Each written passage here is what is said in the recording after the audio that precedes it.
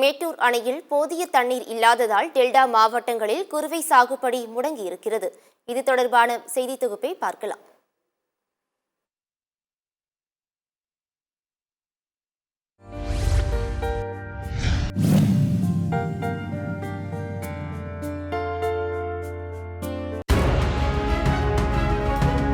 சேலம் மாவட்டத்தில் உள்ள மேட்டூர் அணை கட்டி முடித்த பிறகு முதல் முறையாக 1934ஆம் ஆண்டு அணையிலிருந்து தண்ணீர் திறக்கப்பட்டது.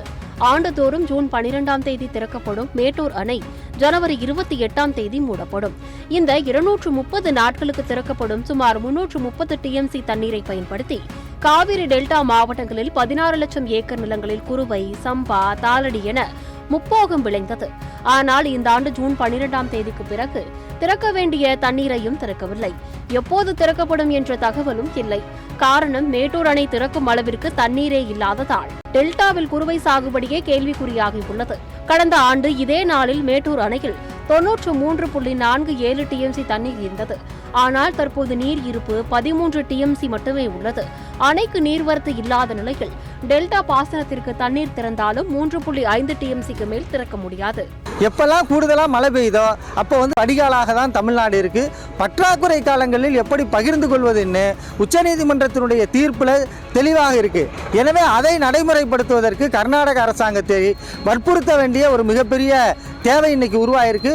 டெல்டாவில் குறுவை சாகுபடிக்கு எப்போது தண்ணீர் திறக்கப்படும் என்ற தகவல் அரசிடம் இருந்து எந்த அதிகாரப்பூர்வ அறிவிப்பும் வெளியாகவில்லை.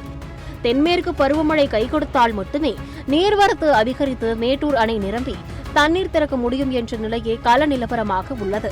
மேட்டூர் அணைக்கு நீர்வரத்து அளவை விட குடிநீருக்காக திறக்கப்படும் நீரின் அளவு 5 மடங்கு அதிகமாக உள்ளது. இதனால் அணையின் நீர்மட்டம் வெகுவாக குறைந்து கொண்டே வருகிறது. மேட்டூர் அணையின் நிலவரம் கவலையடைய செய்துள்ளதால் டெல்டாவில் குறுவை சாகுபடியை விவசாயிகள் தொடங்கவில்லை. ஒரு சில விவசாயிகள் நிலத்தடி நீரை நம்பி குறுவை சாகுபடியை மேற்கொள்ள தயாராகி வருகின்றனர். இந்த குறுவையை நம்பிதான் நாங்க பிள்ளைங்களை பள்ளிக்கூடத்தில் படிக்க வைக்கிறோம், எங்க குடும்ப செலவை பார்த்துக்கிறோம். வருமானம் இதெல்லாம் இருக்கு, வேற வருமானம் இல்லை. அப்படி இருக்கும்போது இந்த ஆண்டு குறுவை போயிட்டு சம்பாவுக்கும் தண்ணி வருமாயில சந்தேகமாக இருக்கு. ஏன்னா அந்த மாதிரி சூழல் உருவாயிருச்சு. இப்போ நிலத்தடி நீர்மட்டம் பார்த்தீங்கன்னா கிட்டத்தட்ட 200 அடியை தாண்டி 200 அடி தாண்டிருச்சு. ஆனா இனி இந்த கோடை குறுவையை செய்ய முடியுமா அப்படி சந்தேகத்தில் இருக்கு. ஏன்னா தண்ணீர் பற்றாக்குறையா இருக்கு. எங்களுக்கு மும்முனை மின்சாரம் தொடர்ச்சியா கிடைப்பதில்லை. இந்த மும்முனை மின்சாரம் குறைந்தபட்சம் 24 மணி நேரம் தொடர்ச்சியா கொடுத்தால் மட்டும்தான் இந்த நிலத்தடி நீர்மட்டத்தை வச்சு தண்ணியை வச்சு நாங்கள் விவசாயம் செய்ய முடியும். அப்படி செஞ்சாலும் எங்களுக்கு போதிய வருமானம் கிடைப்பதில்லை. இயற்கை பேரிடர்கள் குறுக்கிட்டு இந்த மாதிரி சூழலை பாருங்க. இப்ப கோடை பருவத்தில் ஒரு ஏக்கருக்கு நாங்கள் 45-50 மூட்டை எடுக்கலாம் இருந்தோம். 30 மூட்டை கூட வரல. நாங்கள் ஒரு ஏக்கர் 30,000 செலவு அவ்வளவு லாஸா போச்சு. எனவே இந்த இயற்கை இடர்பாடுகளை எங்களை மீட்டு தரணும் அப்படின்னா முதல்ல பயிர் காப்பீடு செய்யறது, குறுவைக்கு இன்சூரன்ஸ் காப்பீட்டு நிறுவனத்தை எங்களுக்கு அரசு கொடுக்கணும். அவசியம் செஞ்சால் மட்டும்தான் நாங்கள் அந்த இழப்பீட்டிலிருந்து மீண்டு வர முடியும். தண்ணீரை வானத்தில் தேடு, பூமிக்குள் தேடாதே என்று இயற்கை வேளாண் அறிஞர் நம்மாழ்வார் அடிக்கடி சொல்வார். ஆனால் தொழில்நுட்பங்கள் இருக்கின்றன. தண்ணீரை பூமிக்குள் இருந்து எடுத்து விவசாயம் செய்து கொள்ளலாம் என்ற போக்கில் நிலத்தடி நீர் சேமிப்பு என்ற அறிவு இல்லாமல் அரசாங்கம் மட்டுமின்றி இந்த மனித சமூகமும் இயங்கி வருகிறது. பெரும் மழை பெய்து மழைநீர் தேங்கினால் நெருப்பை கையில் பிடித்தது போல உடனே கடலுக்கு வழி அனுப்பி வைத்து விடுகிறார்கள் அரசு அதிகாரிகள். இதில் அரசாங்கம் ஒருபடி மேலே போய் கால்வாய்களை கான்கிரீட் தளமாக அமைத்து வருகிறது. இந்த விளைவு கால்வாயில் செல்லும் தண்ணீரை நிலத்தடிக்குள் செல்லாமல் தடுக்கிறது. ஏன்னா மணல் இருந்தாதான் தண்ணி அந்த இடத்துல இருக்கும். மணல் இல்ல அப்படின்னா இந்த தண்ணிக்கு வேலையே இல்லை. அப்ப பூமிக்குள்ள நீர் போகவே போகாது. எனவே வருங்காலங்களில் இந்த தரைதளம் போடுவதை நிறுத்திவிட்டு எங்களுக்கு தண்ணீரை பூமிக்குள்ள போவதற்கான வழியை நீங்க உண்டாக்கி கொடுங்க. தண்ணீரை செய்ய வழியை இந்த தமிழக அரசு செய்ய வேண்டும் அன்போடு கேட்டுக்கொள்கிறேன். ஆறுகளில் மழைநீரை தேக்கி வைக்கும் மணலை துடைத்து வாரிவிட்டார்கள். மழைநீரை சேமிக்க அணைகள் கட்டவும் மறந்துவிட்டார்கள் ஆட்சியர்கள். டெல்டா மாவட்டங்களில் காவிரி தண்ணீர் கிடைக்காததால் நிலத்தடி தண்ணீரை நம்பியே விவசாயம் செய்ய வேண்டிய நிலைக்கு விவசாயிகள் தள்ளப்பட்டுள்ளனர். குறிப்பிட்ட அளவிற்கு மேல் நிலத்தடி நீரை உறிஞ்சி எடுப்பதால் நிலத்தடி நீர்மட்டம் சரிவது ஒரு பக்கம் இருந்தாலும் உப்பு தண்ணீர் உள்ளே புகுந்து விவசாயம் முற்றிலும் முடங்கும் அபாயம் ஏற்பட்டிருக்கின்றது. ஏற்கனவே நெல் கொள்முதல் நிலையங்களில் கொள்முதல் செய்யப்படும் நெல்லின் அளவு கடந்த ஆண்டுடன் ஒப்பிடும்போது நடப்பாண்டில் 10 லட்சம் டன் அளவிற்கு குறைந்திருக்கின்றது.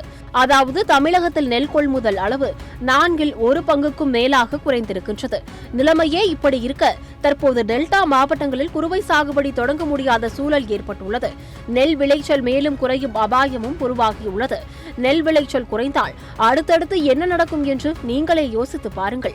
கடந்த ஆண்டு பார்த்தீங்கன்னா நம்மளுடைய மாநிலத்துக்கு தேவையான அரிசி உற்பத்தியை கூட இந்த மாவட்டங்களில் நம்மளால பண்ண முடியல அப்படிங்கிறது.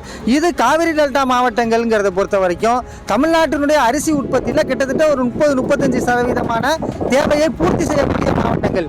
இந்த மாவட்டங்களில் ஒரு பாதிப்பு ஏற்பட்டுச்சு அப்படின்னு சொன்னால் ஒட்டுமொத்த தமிழ்நாட்டினுடைய உணவு தேவையிலேயே ஒரு பற்றாக்குறை என்பது ஏற்படக்கூடிய நிலைமையில் கடந்த ஆண்டு இறுதிங்கிறது முடிஞ்சு. இப்பையும் குறுவை சாகுபடி என்பது இல்லை என்று சொன்னால் ஒரு மிகப்பெரிய அரிசி தட்டுப்பாடு என்பது ஏற்படும். இப்போ அரிசியுடைய விலை பார்த்தீங்கன்னா ஒரு கிலோ 70 100 ரூபாய்க்கு போயிடுச்சு. நடுத்தர மக்கள் வாங்கி சாப்பிட கூட முடியல, அந்த அளவுக்கு மோசமாக போயிடுச்சு. இதற்கு காரணம் என்னன்னு கேட்டீங்கன்னா, நம்மளுக்கு குறிப்பிட்ட நேரத்தில் மேட்டூர்லேருந்து கடைசி வரைக்கும் ஜூன் 28 வரைக்கும் தண்ணி வரல. கர்நாடக அரசு அடம் பிடிக்குது, நான் தண்ணி திறக்க மாட்டேன் அப்படின்னு அடம் பிடிச்சிக்கிட்டு இருக்கு. இதனால ஒட்டுமொத்தமாக டெல்டா விவசாயிகள் கிட்டத்தட்ட நம்ம 30 வருஷமா தொடர்ந்து பாதிக்கப்பட்டு தான் இருக்கோம். ஏன்னா விவசாயிகள் இதை நம்பி தான் நாங்கள் இருக்கோம். எங்களுடைய பிரதான தொழில் பார்த்தீங்கன்னா விவசாயம் தான். வேற எங்கேயுமே எங்களுக்கு வருமானம் கிடையாது. அப்படி செய்யும் போது ஏன் இந்த தண்ணீரை எங்களுக்கு முறையாக பெற்று தர்றதுல இந்த மத்திய அரசு இவ்வளவு காலதாமதம் பண்ணுது, ஏன் கண்டுக்க மாட்டேங்கிறது எங்களுக்கு மிகப்பெரிய வருத்தமா இருக்கு. எனவே ஒவ்வொரு ஆண்டும் எங்களுக்கு ஜூன் 12 தண்ணி திறக்கணும். அப்படி திறந்தால் மட்டும்தான் இங்கே முறைப்படி நாங்கள் விவசாயம் குறுவை சாகுபடி செய்ய முடியும், சம்பா சாகுபடி செய்ய முடியும். அப்படி இருக்கும்போது தான் உற்பத்தி அதிகரிக்கும். இல்லை அப்படின்னா ஒட்டுமொத்த உற்பத்தி இழப்பு ஏற்படும். நாட்டில் பட்டினி பஞ்சம் தான் அதிகமாக போகும், விலைவாசி ஏற்ற அதிகமாக போகும் அரிசி. அப்போ நடுத்தர மக்கள் ஏழை மக்கள்லாம் வாங்கி சாப்பிட முடியாத சூழல் போகும். சத்தியம் செய்திகளுக்காக ஃப்ரைடே ஃபார் ஃபார்மர்ஸ் இயக்கத்துடன் செய்திக்குழு.